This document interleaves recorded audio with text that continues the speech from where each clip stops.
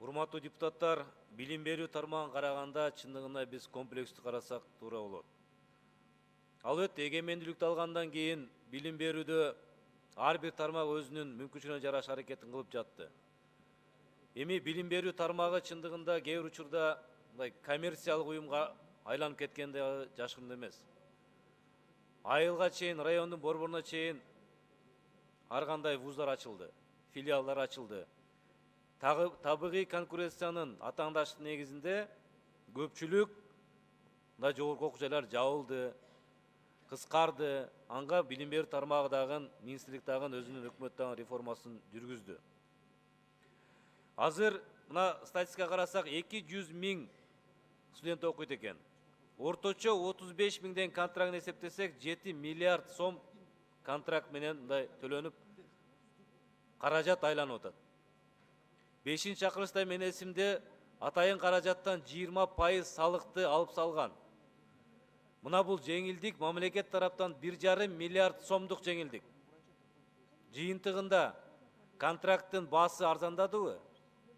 Билимдин деңгээли көтөрүлдүбү? Мына ушунун тегерегинде билим берүү министрлиги мындайча айтканда башын ортуш керек. Медициналык багыт эң бир мындай көңүл бура турган багыт. Азыр 7 окуу жай ал адамдын өмүрү менен, ал адамдын ден соолугу менен түздөн-түз байланышкан. Мен 5-чакырышта Жалал Абадтагы эл аралык университетте ушул медициналык факультет ачып алган. Эч кандай мындай базасы жок туруп. Ал баягы түздөн-түз коммерциялык багытта ачылган.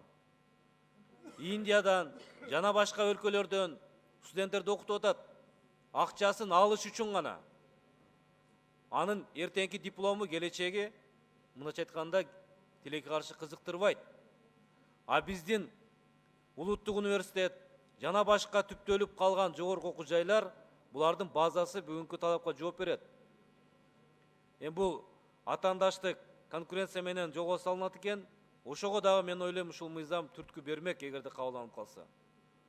Ошондуктан урматтуу депутаттар, албетте комитеттин чечимин да биз сыйлайбыз, бирок добуш менен чечилиш керек. Негизги билимдин сапаты биринчи кезек болуш керек. Рахмат.